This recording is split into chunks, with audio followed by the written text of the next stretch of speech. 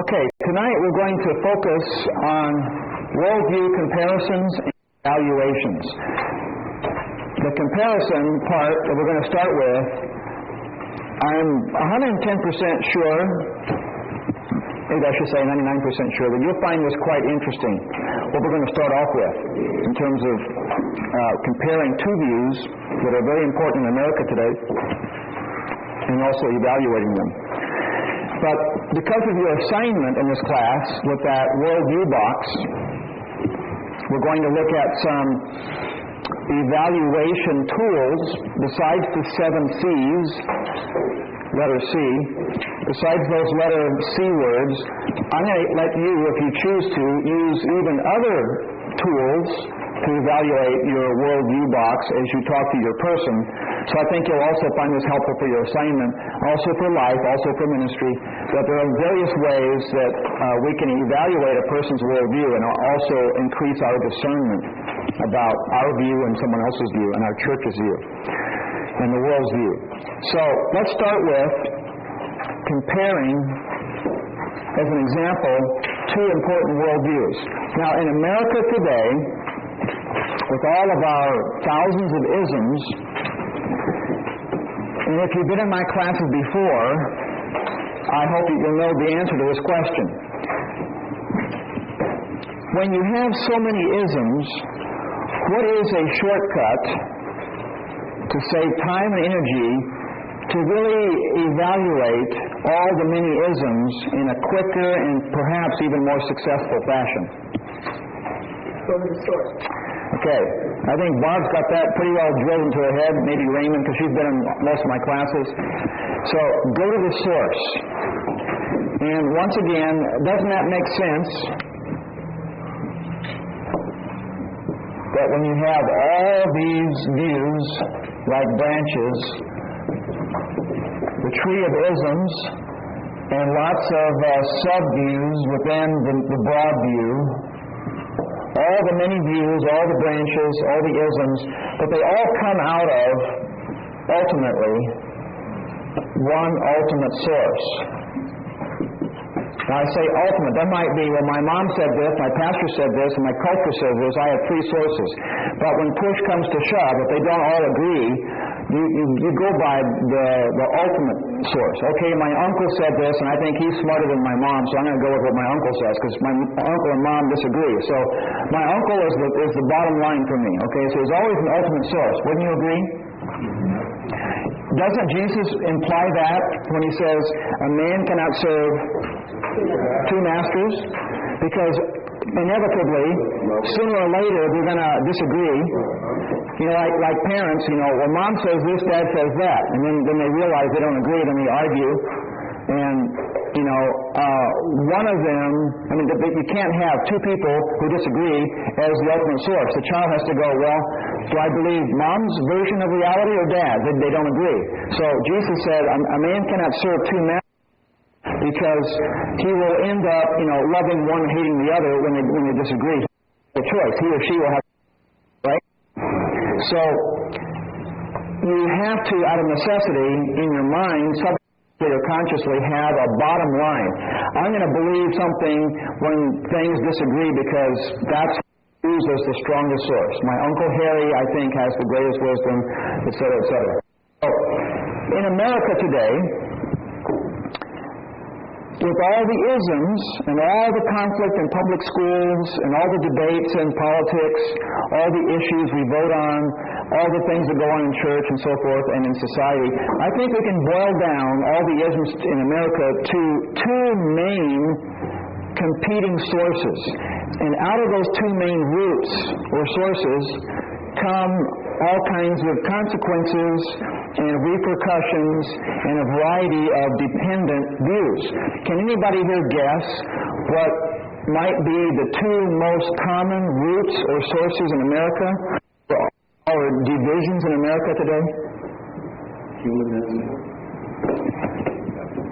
Okay, keep in mind an ultimate source, an ultimate root. Okay, evolution. Why is that an ultimate root that's a big part of America? Okay, if it's atheistic, naturalistic, macroevolution, God's not there, right? So there's a no-God explanation for our existence.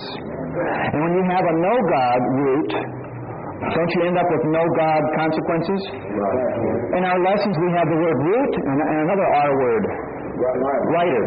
Okay? So if your root is no God, example, naturalistic, atheistic, macroevolution, which does not have God, if that's your root, then whatever your isms are, humanism, secularism, hedonism, aren't those all kind of a product of no God? Man lives for himself, pleasure is the highest good, existentialism, what I want to do is important. All those sub-views, sub-isms, all kind of come out of one big root, no God, such as naturalistic, atheistic, macroevolution.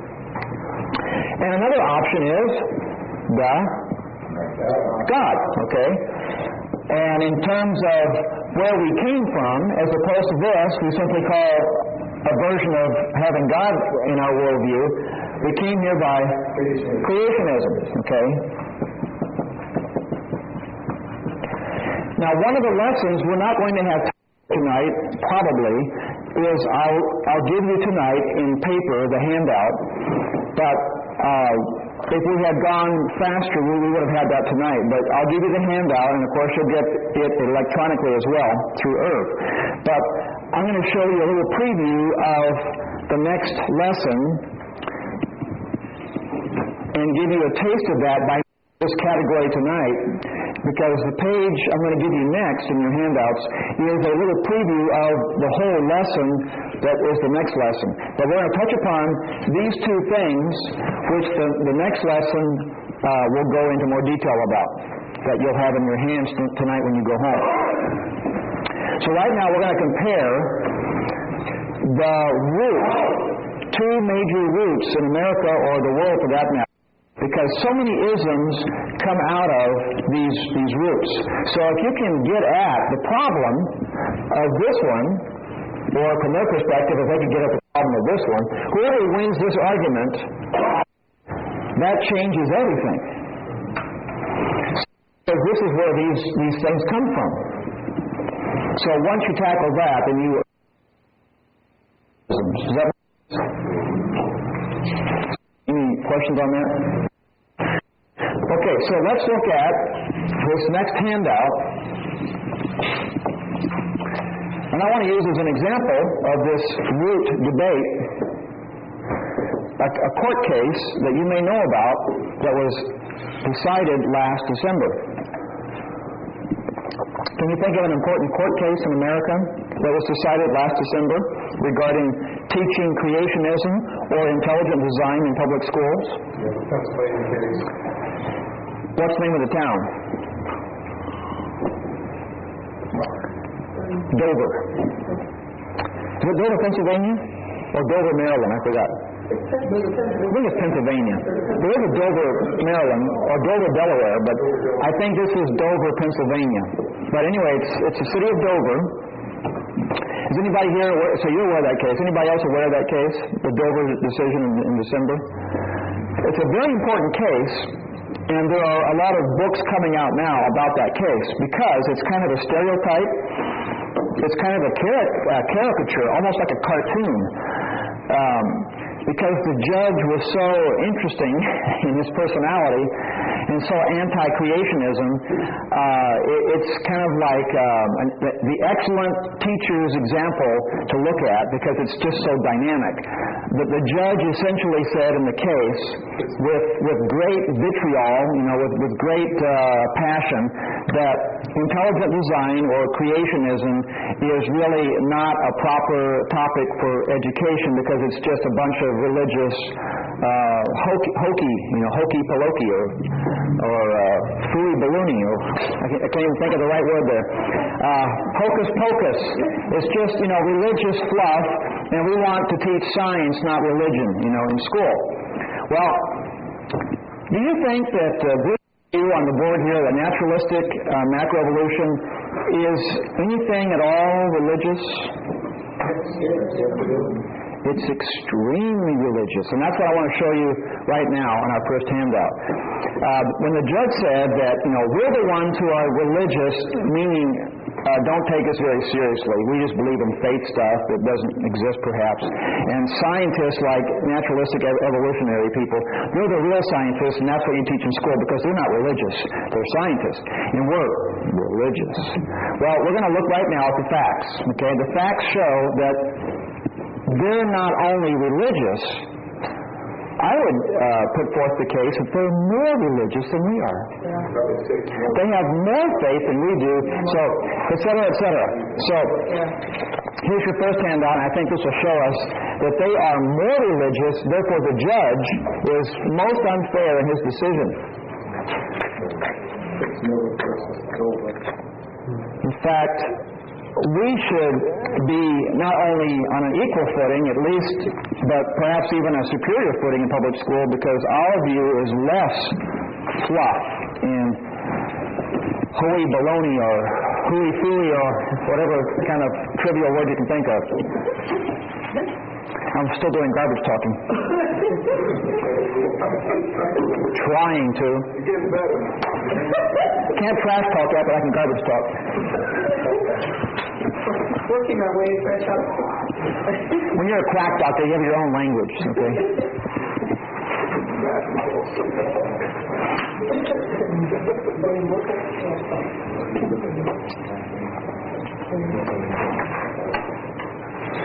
So I think this will be a kind of a fun page, but yet it's a serious page. And we'll have some fun here, I think, with this topic. This is a practical topic. This affects education in America, where our kids go to school. What can be taught in public school, what can be discussed in government legislation, and so forth. This is a very practical issue, important issue on every level. And this is a basic part of a worldview. Where do we come from, and what kind of ramifications does that root worldview have? So this could not be more practical or important. So look at your handout there. Number one, top of the page says, worldviews equal or include philosophies, viewpoints, positions, beliefs and practices, religious aspects. And as an example of religious aspects, in the parenthesis it says, views regarding what? Ultimacy. Do you think there's anybody on planet Earth who does not have a view of ultimacy? Only if they're too young. If they're above the age of 4, do you think anybody on planet Earth, except for those who are mentally handicapped, do you think anybody does not have a view of ultimacy? No. What would be an ultimate for a person who is theistic? Themselves, their Uncle Harry, or if you're Carl Sagan, the famous scientist, astronomer, he might say, well, the ultimate is the cosmos. If I could do my Johnny Carson impression, he believed in billions and billions of stars. Very bad Johnny Carson impression of Carl Sagan, but billions. That was kind of a caricature of Carl Sagan, but he believed that, the cosmos is the ultimate. Well, of course, if there's no God, that's about as big as you can get. We came from that. We came from stardust, according to him. So the stardust is the ultimate. Okay? If you're a member of the Kokomongo tribe in the jungle, what's the ultimate? The jungle, the jungle god, the tree god, earth, the chief. But we all have something. What about a small child who lives only in their home, doesn't go out much? Who's the ultimate? Parents. So you cannot not have an ultimate. And guess what that means if you have an ultimate, which we all do? We are religious. Religion is about ultimacy. When you go to church, you don't worship the chairs. That's not ultimate. We worship what we define as the ultimate. For us, it's Yahweh. Okay? But for the Cucamonga tribe, the ultimate is the tree god, or the monkey god, or whatever. And for a 4-year-old child, the ultimate is their mom and dad. They literally worship their mom and dad. When they're in good behavior, that is. So, we all have an ultimate. We're all religious. That's what religion means. So, ultimate things, ultimate persons, ultimate activities, ultimate values, theology, etc. Now, look at this. I got this from a so-called secular source, Random House Dictionary, thanks to Dr. J. Thompson, who did a paper that used this definition. So he looked in the Random House Dictionary and alerted me to this. And here's how religion's defined in the secular accepted public standard of Random House Dictionary. Look at this underlined definition. I love this. We can use this. Quote, here's what religion means. A set of beliefs concerning the cause, like naturalistic evolution, the nature, like the nature of the cosmos, and purpose, like adaptation, survival of the species, evolution, the purpose of the universe. Also, it means something one believes in or follows devotedly. Was Carl Sagan devoted to his ultimate view? Yeah, that was his life. It's the ultimate. He gave his life to it. And science teachers, biology teachers who are adapting or following Darwinian thinking, that is something they fight over. It's, those are fighting words. They're taking a stand against creationists. So they follow it devotedly. And the Dover judge took sides and says that the atheistic, naturalistic, evolutionary view is the only thing that can be taught in school. You can't even mention a one-paragraph disclaimer that it's a theory, and kids look at intelligent design when you go home and look up this book. One paragraph was all that was being requested by the school board. Would you please allow one paragraph to be read that ID exists and intelligent design exists? Can you believe that? All we're asking for is a measly paragraph, and the judge slammed that to the floor. How dare you even have that paragraph read? Religion is not proper for public school. This is not religion, this atheistic evolutionary view. But oh, is it ever? It is so religious. But in a way, I'm happy that that paragraph did not make it as a standard practice, because I want to have our view taught more than a paragraph. That's not enough. So anyway, I like the definition. So do you agree that that definition would indicate that naturalistic macroevolution might be religious by a standard definition, a secular definition? We're going to find out that that's true coming up. Number two, certain so-called,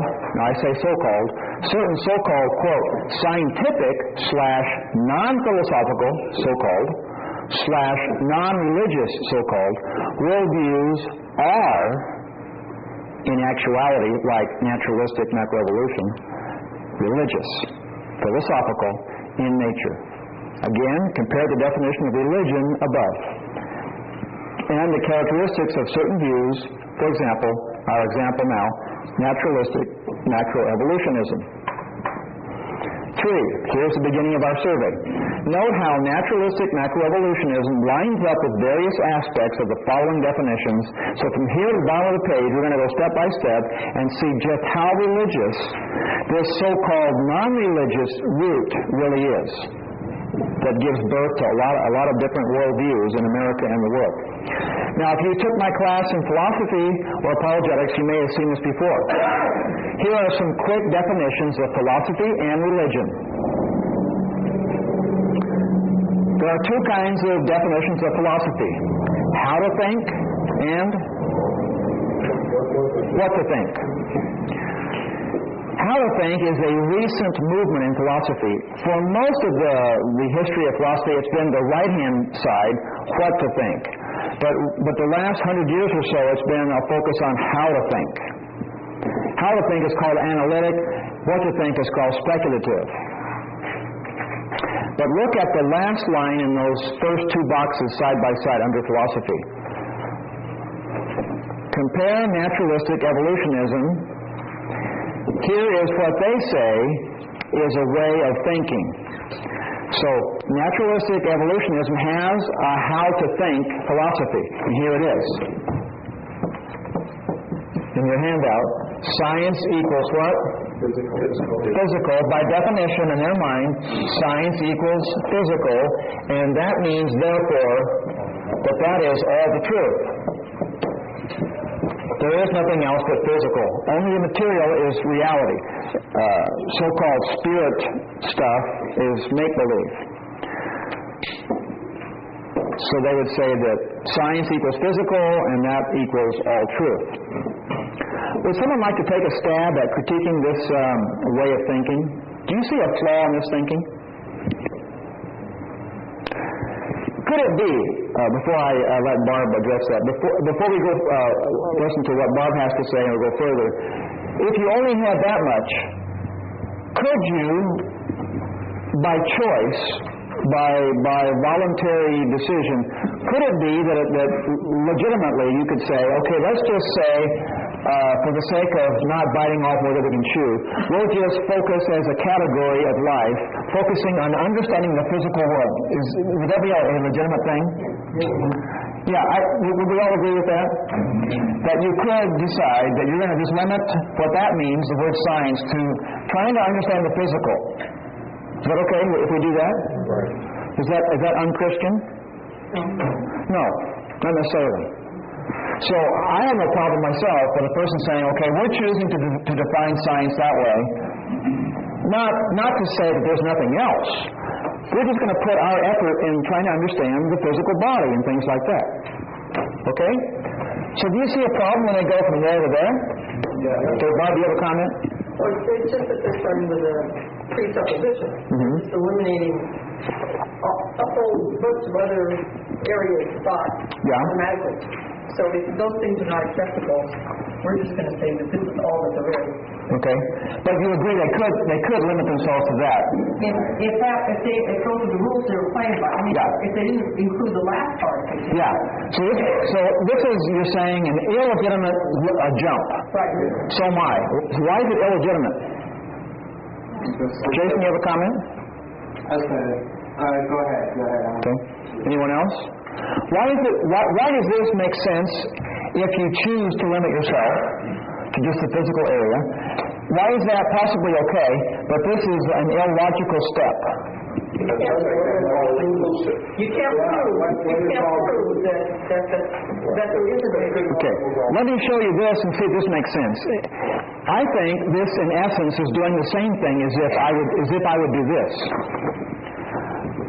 I think I used this example in other classes. What if I said, okay, I'm a flooring specialist. I'm going to put my effort in research in understanding flooring. So what if I said flooring equals carpet, or carpet equals flooring? Isn't carpet a kind of flooring? So you could say that so far in my investigation, it just happened that where I've gone looking for flooring, I come across the same thing, a soft, fuzzy fabric they call carpet. So I might say, okay, carpet is flooring, flooring is carpet. But what if I then did this? Therefore, carpet equals all flooring. That's not. Would that be a legitimate move? Of course not. Just because all I've seen or all I've put my energy into is carpet doesn't mean therefore that's all there is. It's like an unchallenged absolute. An unchallenged absolute. Okay? Maybe absolute. It's an assumption. Yeah, so unchallenged. You're saying this is it, and bottom line, it's like saying I'm right, everybody's wrong. Yeah, so this is an assumption without an intermediate step, to show evidence that that's all there is. That's all you've seen. That's all you're putting your effort into. That doesn't mean that's all the kind of flooring there is, because we do know, of course, there's wood flooring and tile flooring and so forth. But and there might be other things besides physical. But they're making their mind up before the case, before the evidence, before looking, that, well, we're not even going to look, we're just making up in our mind the idea that this is all there is. Okay, so I think in essence this is no different than this. Does it appear to be the same kind of maneuver? I think it is. I think this is the same maneuver they're doing, and I think this shows, I hope more clearly, how inadequate or how illegitimate their third step is. And let me give one more example. Illogic, or unproven assumption, unproven presupposition, speculation. You're kind of jumping off into the dark, and you're assuming because that's all you're putting your energy into. That's all there is. Like, I'm going to put all my marbles in my business on carpet. Okay, but don't go and say that people who sell wood flooring are children who believe in fanciful things. Why can't they have other kinds of flooring? So how about this one as another example? What if I said basketball equals a sport? Does it? Okay. But what if I then said that equals all sports?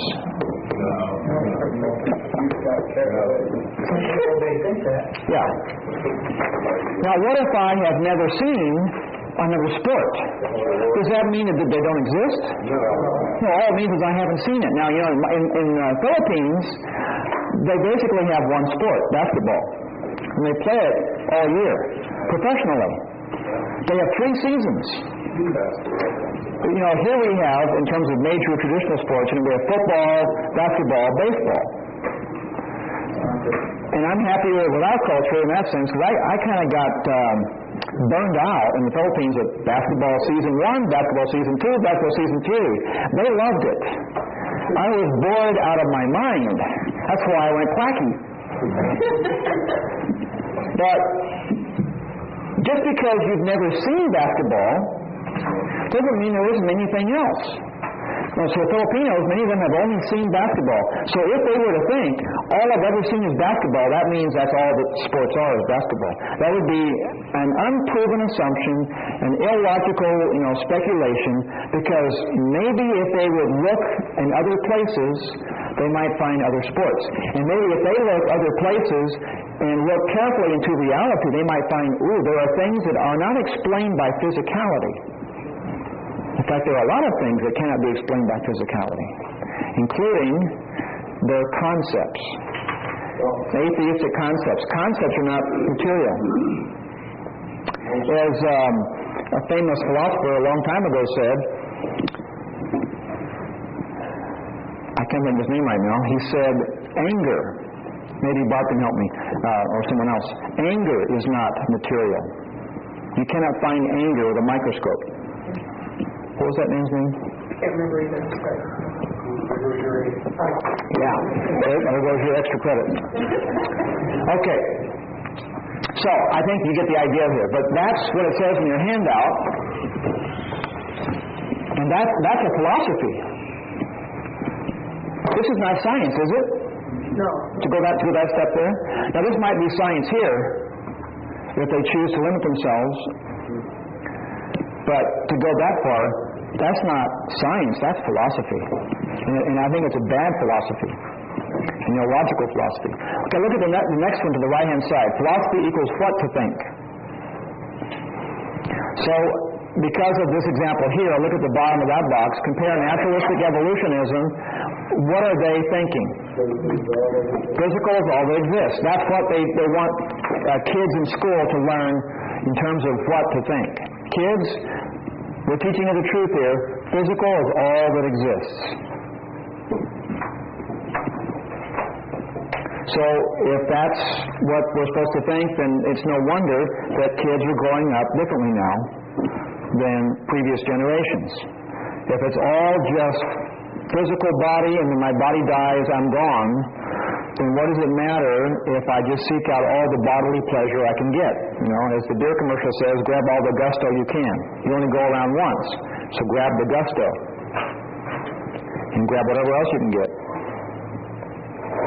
So, all kinds of isms come out, humanism, secularism, hedonism, because of this root worldview. Okay, look under religion. 2 kinds of definitions of religion. What's the first one? Okay, to what is given ultimate attention? The what, that's not personal, but it's not personal, but impersonal. That's impersonal religion. So look at that print beneath that. Impersonal religion. Like Star Wars, the Force, being a Jedi Knight and tapping into the Force, Like my guru here, Obi-Wan Kenobi, he taps into the Force sometimes and teaches me how to say, what do you do? Whereas the other side is religion to whom is given ultimate attention. That's what? Personal religion. That's such as our religion is a personal religion. Okay, so look under to what? Do the evolutionists, naturalistic evolutionists, have of what that they give ultimate attention to? Physical matter. Yeah, that's as high as you can go, I guess, to them, is physical matter. I mean, all they have in their universe is physical matter. So that's the ultimate. It might be stardust for some, it might be Saturn for others, or gravity, but it's still physical matter. That's the ultimate. Because all things are only particles, physical particles. That's their ultimate. So they are religious in an impersonal way. But at the same time, look under the next box, naturalistic evolutionists are also, in a way, personal religionists. Because they sometimes make idols out of certain scientists, don't they? Like Carl Sagan, for some people, is like, wow, he is the ultimate source of my view. His books, his writings. I go by Sagan, okay? So, in a way, they're kind of like a high priest.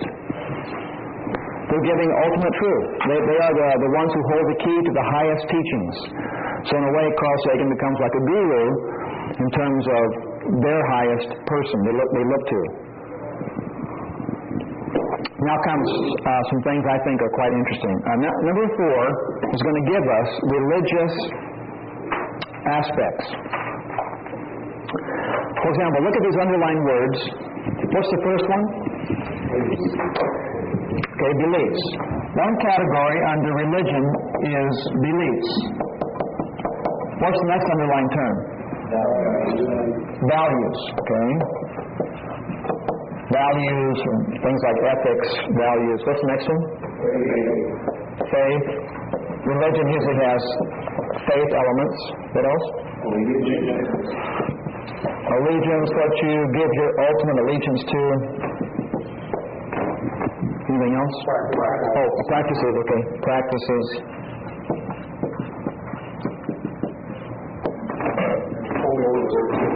Holy books and people, okay. So-called holy books.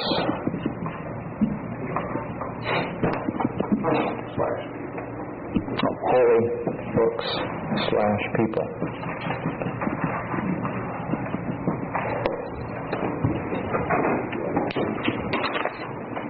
Okay. So look under beliefs. Now, they make fun of us for believing in God. They say, oh, you Christians, you believe in pie in the sky. You believe in some, gray-haired God, up in the clouds with a long white hair and beard and, so to speak, make fun of us. Well, here's what they believe. Dust, gas, and liquid are the ultimate parents or source of all. We owe our lives to them. So we say our ultimate Father is, God the Father. And they say, well, that's silly. Don't you know that our ultimate Father and Mother is dust, gas, and liquid particles? I'm going to go with the first option as a more reliable source to explain personal. Because once again, we are personal. Dust, gas, and liquid is impersonal. We are of mind, and dust, gas, and liquid is mindless. We are ordered. We are systematic. We are constructed, intricately and specifically. But the Big Bang was chaos, disorder. So you can go on down the line. All the things that we are, dust, gas, and liquid, are not. But God the Father is intelligent, living, personal, and so forth. I think that's more logical and has more evidence than this as the ultimate appearance. Okay, values. So your premise there is just that we are made of, or we resemble what we're made of. Yeah. Yeah, and of course the Bible calls that we are made in God's image. So a lot of what we have can be traced to where we come from. So since we're personal, it's not a stretch to think we come from a personal source. Since we are living, it doesn't require a lot of thinking to think we come from a source. And since we have some experience, it's not a stretch of the imagination to think we came from an intelligent source. Whereas they have the view of intelligence from, this is the naturalistic evolutionary view. Intelligence from what? Okay, dust, gas, and liquid, which is non-intelligent. Personal from impersonal.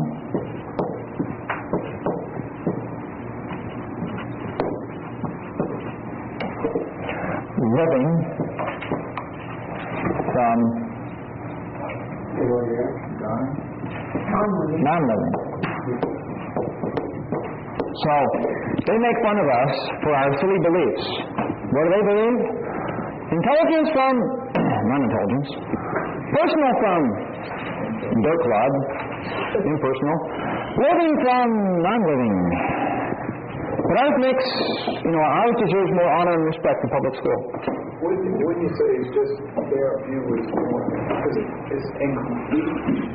I mean, in the sense that, because, and here, while you were explaining that if God is non-physical, yet we are a physical part of us. Right. Therefore, their argument could be, unless you bring balance to the way you're saying their view and say their view is not totally correct, for we are made out of physical, but there's something missing from it. Yeah, I didn't put down physical, but if I did put down physical, then they're partly right. But I'm focusing on things that are not right at all. Because, again, they determine things by what procedures? What is their means of saying this is truth? Science, and science means physical, but how do they determine physical properties? Observations, tests, five senses, laboratory experiments. Okay. So again, can you show in a laboratory intelligence from non-intelligence? No. Can you show in a laboratory personal from impersonal? No. And can you show living from non-living? No. They tried, but they can't do it. They zap things with electricity. They pour acid on things. They try all kinds of things in the lab, and so far they have not made a dirt clod talk and breathe and come alive. So that much is pure speculation, pure fairy tale type quality stuff. Whereas our view, intelligence from intelligence, personal from personal, living from living, you can prove that in a lab, can't you? You can prove in a laboratory living from living. Okay, put a pregnant cat in the laboratory, you get a living baby cat. Living from living. Personal from personal, intelligence from intelligence. So they laugh at us, but I think the laughing should be on them. Values. Look at your notes there. Material, natural, bodily aspects and processes are the only or highest and best reality, according to naturalistic evolution. Therefore, they are the best standard regarding what reality is, how life should be lived, how pleasure should be defined, and how we know things. There are guidelines, etc.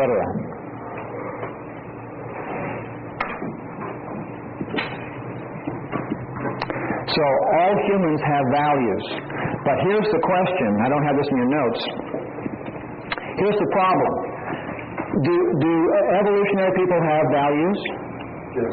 Yeah. For example, or you can make one up. What's one of their values? That Christians are That Christians are wacky. Okay. and that what's the highest value for them? Material things, and they might even say, material advancement, evolutionary advancement's the best thing, survival's the best thing. Isn't that a value, survival of the fittest? Okay. Progress, survival, adaptation. Okay. Those are values, right? Intelligence. Guess what value is? The concept value. It's immaterial. Value you cannot see in a microscope. Value is not a particle. Value is not dust, gas, or liquid. The concept value is purely immaterial. And I can show you a demonstration I did before in philosophy class. I gave a little bit of this the other day, I think. Here are the particles in life. Molecules, atoms, electrons, neutrons, and so forth, protons. Here are these particles. So let's say we have atom number 47, and here's atom number 48, out of billions and billions of atoms. I'm going to keep doing it until I get some more smiling faces out there. Okay, we have billions of atoms in the universe, so here's, atom 47, if we numbered them all, atom number 48, okay? Is there such a thing as a naughty atom and a nice atom? If all we have are atoms, okay, is there such a thing as a wrong atom and a right atom? Does wrong come out of just particles of dust, gas, and liquid? It's amoral. It's neutral. It's amoral. Amoral means neutral. There's no right atom or wrong atom, is there? Doesn't that make sense? Atoms are atoms. They're just particles. They just are. Values are not are. Values are relative. Okay, but in philosophy they say particles are, right? They just are. But you would never say this particle ought. Would you ever say that? This particle ought to do something. No. If you say this particle ought to, this one ought to, this one ought not. What's wrong with that kind of a sentence? Aren't we imposing a non-material thing upon particles? If we say ought not, is that a value, ought not? Aren't those values? Yeah, but we just said, do these particles have values? This is right, this is wrong. This atom is a right atom, this is a wrong atom. Isn't right, wrong a value? We ought to do right, we ought not do wrong. Aren't those things values? Okay, but particles are just particles. They just are. They're not oughts and ought nots.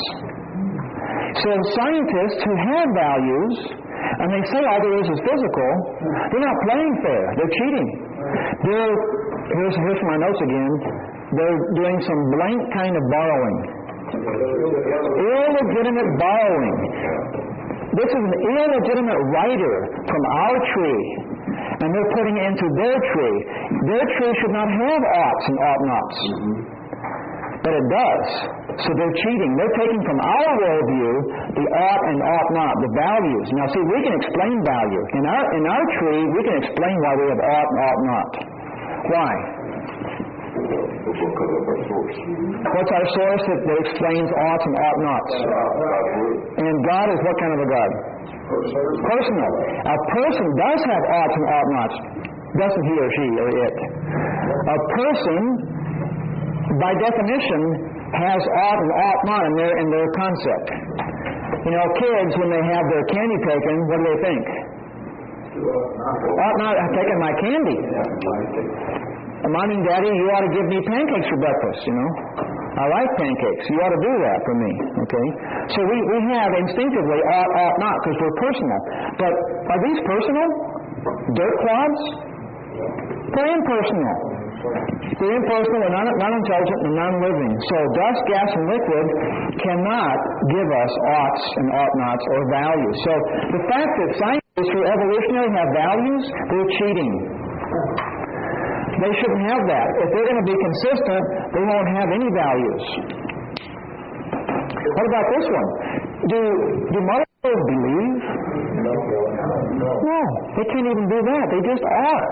They move around, they hit each other, they bounce around. They just are, but they don't believe. They don't have value. So they can't have that either in their worldview. But they do. All scientists who are evolutionary, naturalistic, they have beliefs, they have values. They can't do that. Stop it. But they keep doing it. So that's illegitimate borrowing. They're borrowing from our root illegitimately. They're stealing from us. You see the point in our notes? Are our notes making more sense? They're stealing from our worldview and putting it into theirs. But they can't do it because they have the wrong root. It doesn't belong in their tree. So we're Okay, so we'll take a camera break and then we'll continue.